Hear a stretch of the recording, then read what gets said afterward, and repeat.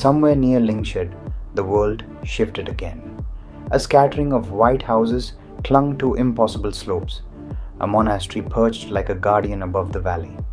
Children waved as we passed, their laughter carrying through the thin air. In that brief moment, exhaustion lifted.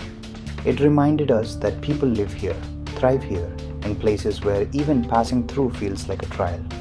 By afternoon, hunger hit hard. We tore into packets of dry fruits, half-soggy parathas, energy bars stuffed in jacket pockets. The mountains